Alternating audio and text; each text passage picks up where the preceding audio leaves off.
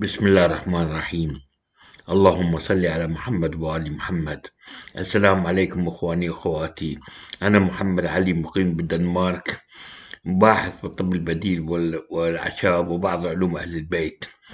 فلدي كثير من الوصفات طبية وعلمية ومجربة.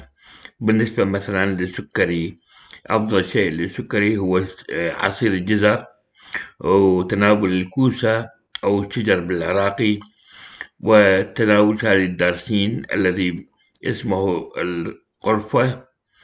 والبصل والثوم يحتوان على نسبة عالية من الأنسولين.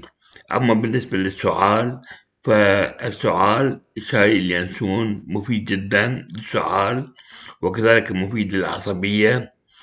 وكذلك السكنجبين يتكون من كأس من الماء الدافئ، يضاف إليه معلقة كبيرة من الخل ومعلقة كبيرة من العسل، ويخلط مع بعض ويشرب. وهو مجرب من جميع الأخوة الذي أعطتهم هذه الوصفة. ممكن الكتابة لي أو الاتصال بي على الواتساب وأنا أكون في خدمة.